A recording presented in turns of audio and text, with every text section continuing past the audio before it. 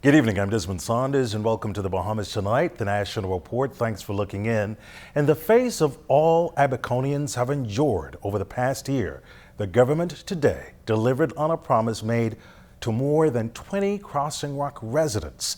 These Abaconians received title deeds to their crown land, in some cases nearly 19 years after receiving the properties. Prime Minister, the Most Honorable Dr. Hubert Minnis, on hand for the ceremony earlier today. The nation's chief said the program is part of efforts by the government to make it easier for Bahamians to own land. Makush Lapinder has a story.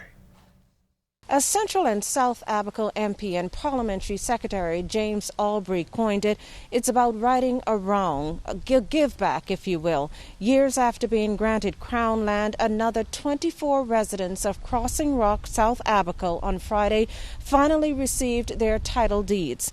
Add to this the 56 title deeds granted in 2019, and that's a total of 80 thus far. This figure represents more than 60% of the properties in Crossing Rocks which were destroyed by the storm in 1999. For those who are patiently waiting to receive papers to your property, I encourage you to remain steadfast. I am advised that additional grants are being prepared, and they too will be awarded to residents of Crossing Rocks very, very soon. Now, bringing the keynote address at the hour-long presentation was Prime Minister, the Most Honorable Dr. Hubert Minnis, who acknowledged that getting to this point was no easy feat for his government.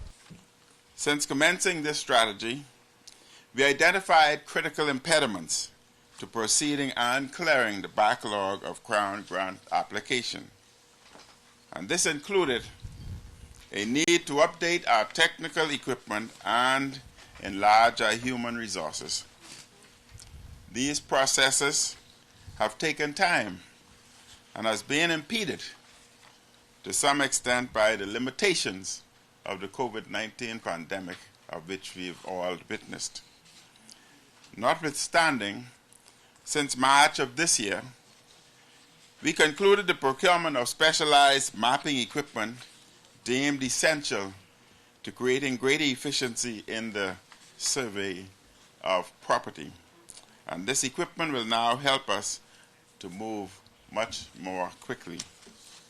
We are hopeful that it will cause the Department of Lands and Surveys to maximize on the preliminary work already executed throughout our Bahama Islands and to provide the surveys necessary for Crown grants. Apart from that, the government brought an additional skilled personnel to aid in the work of the Department of Lands and Survey. Friday's presentation of land grants come as Abaconians continue to rebuild their lives following 2019's Hurricane Dorian.